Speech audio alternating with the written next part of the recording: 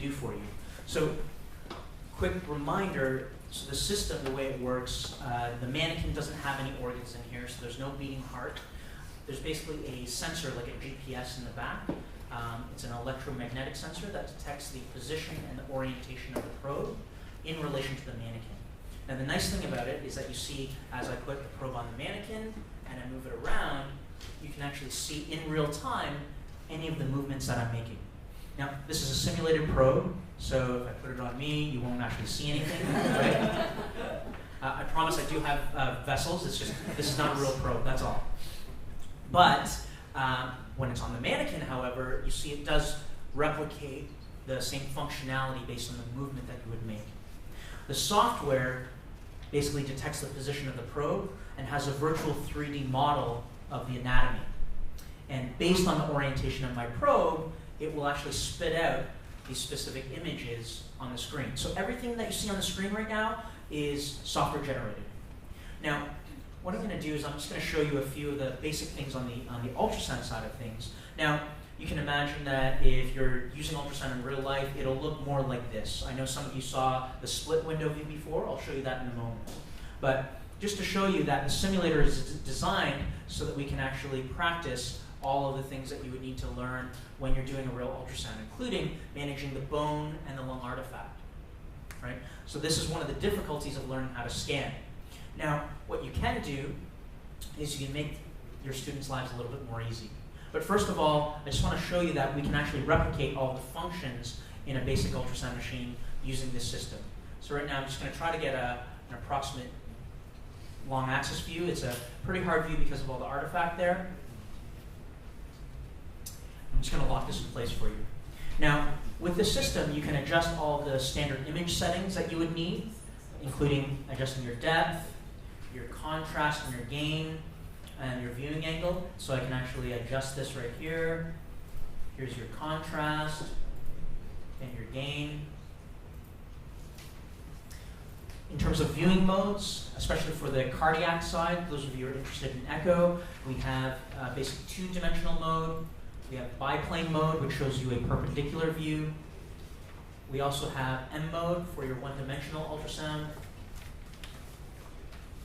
Then we also have color Doppler, basically for the heart.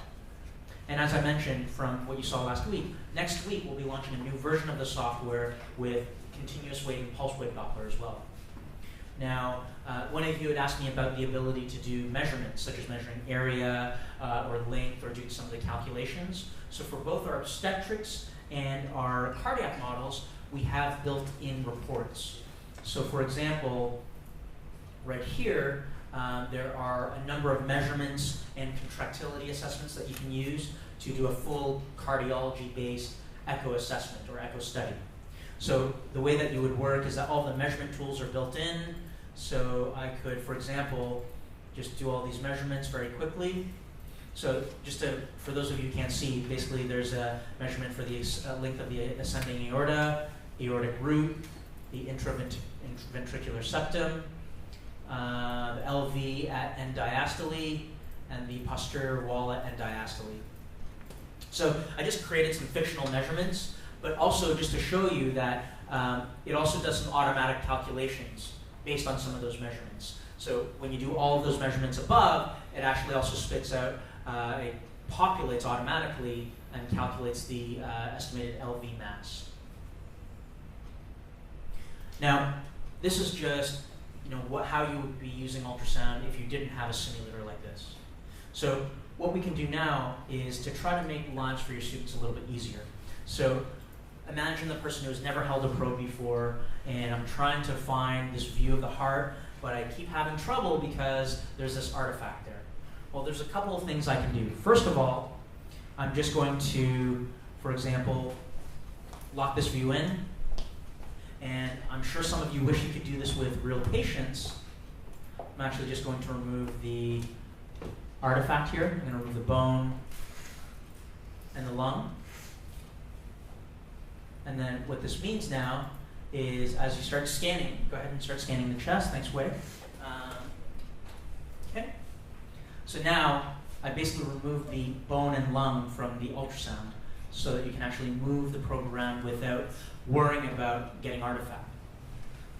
Okay.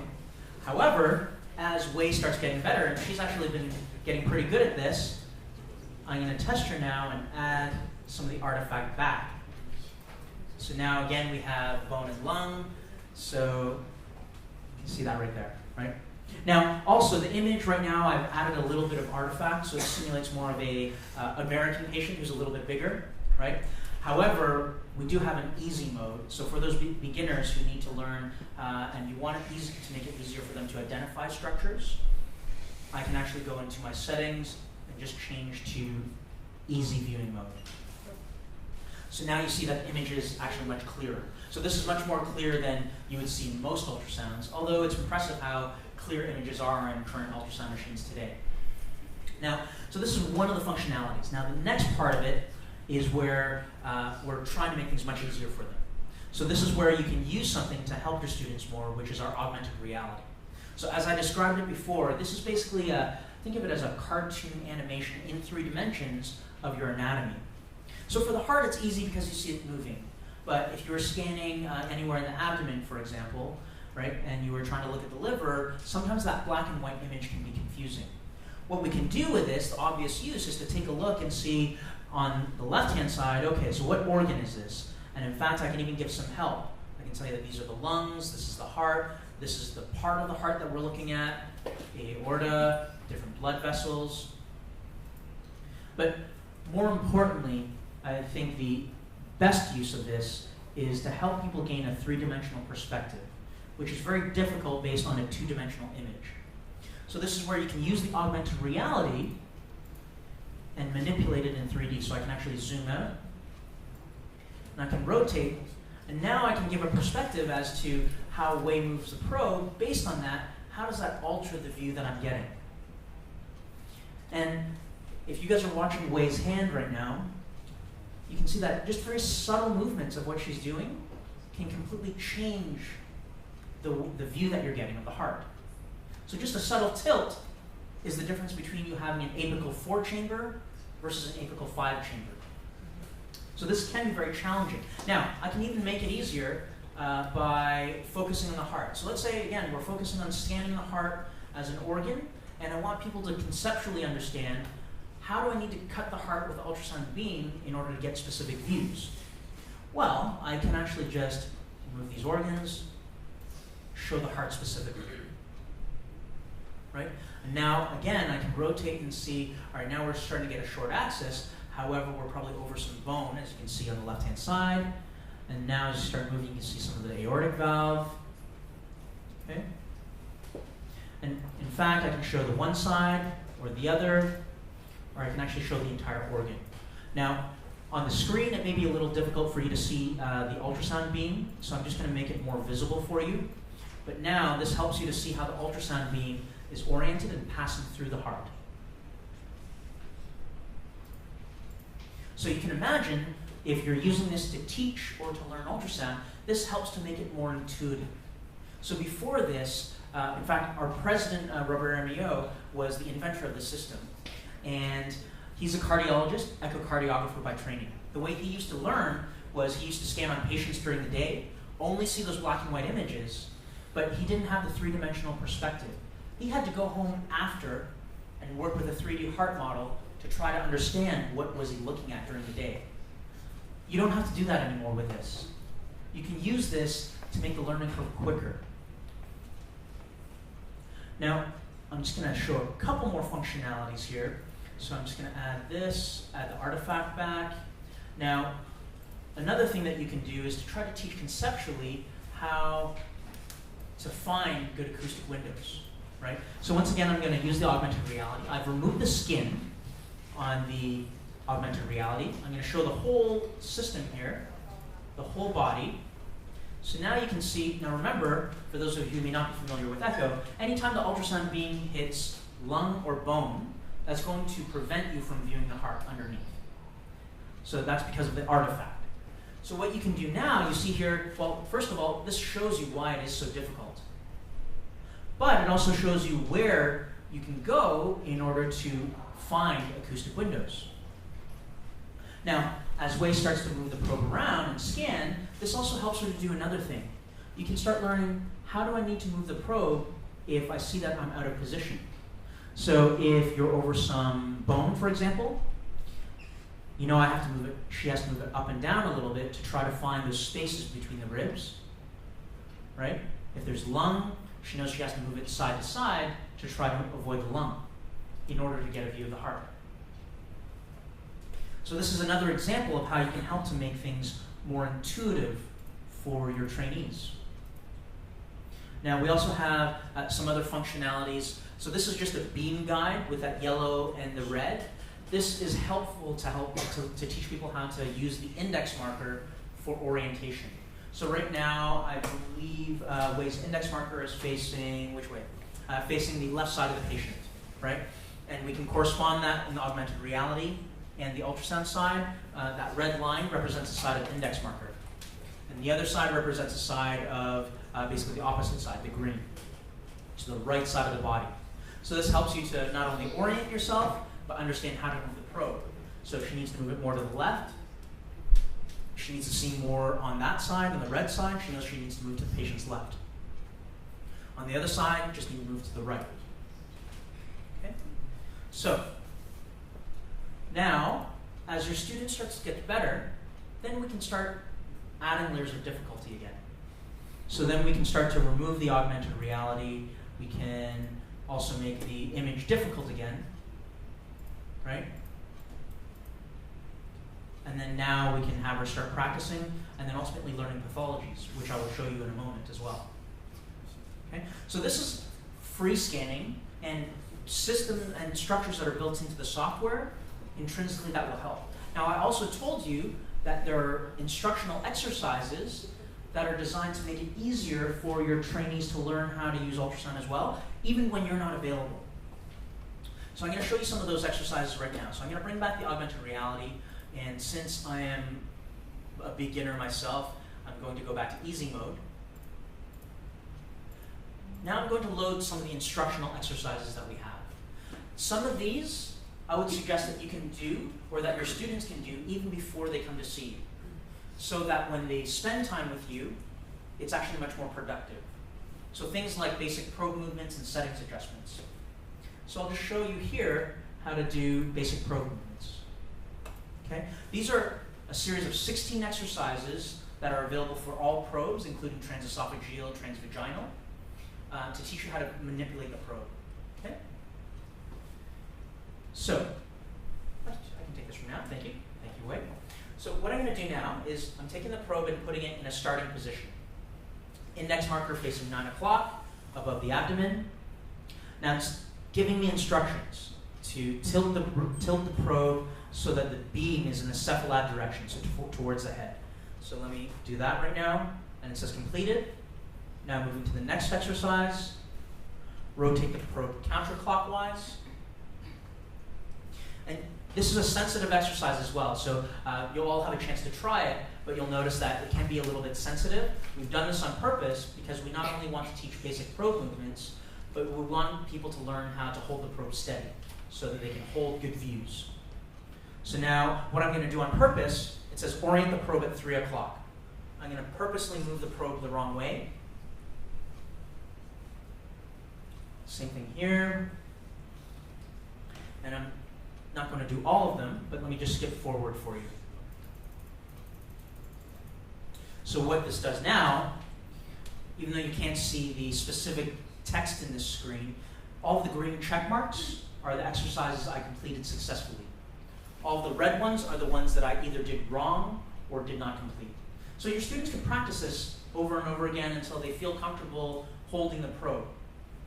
From there, what you can do is you can go back to another thing that sometimes as experts we may take for granted, which is settings adjustments. So how do you adjust your contrast, your gain, your depth in order to optimize your image?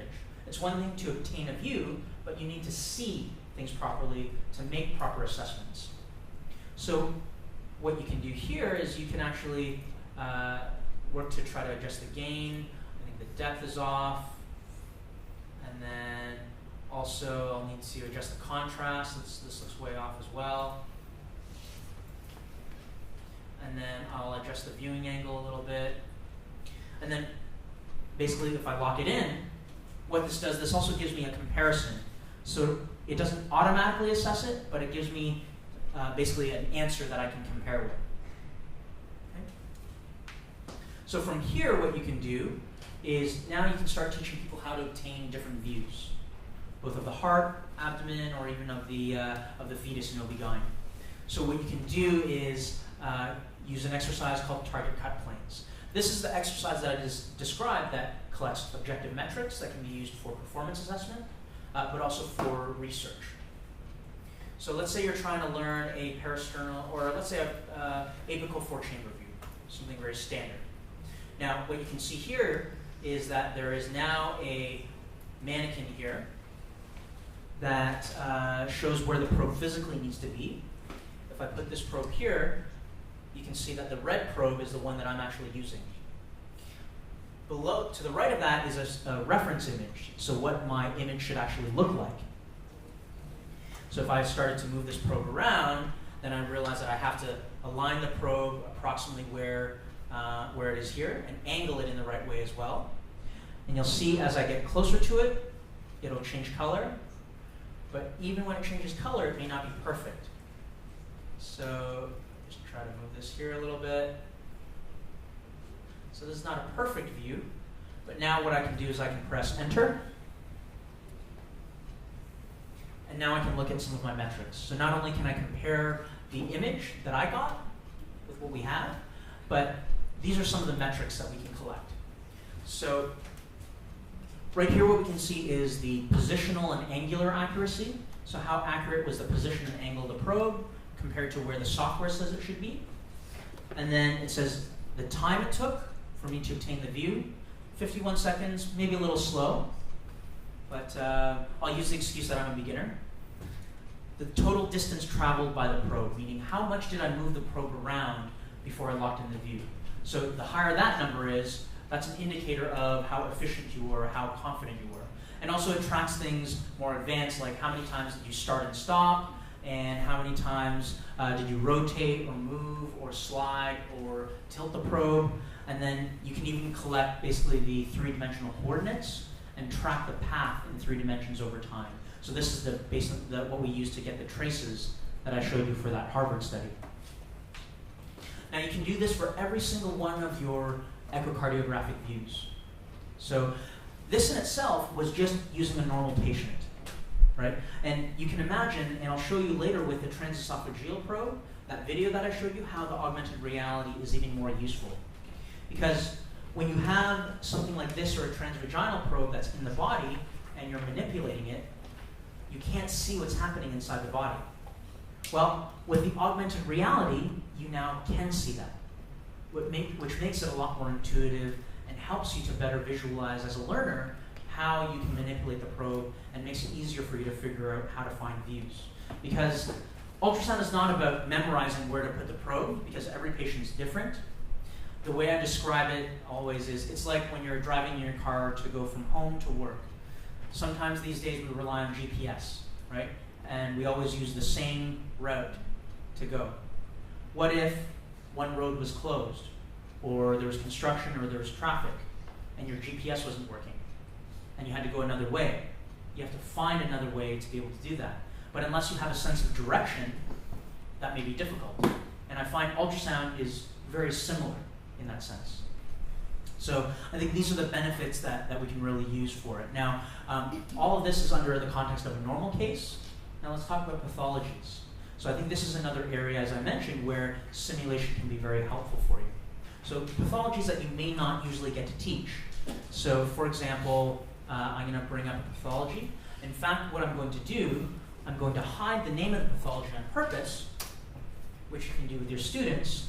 I'll try to get some views, and as a group, I guess we'll have a little fun exercise, see if we can figure out what it is. I promise it's going to be very easy.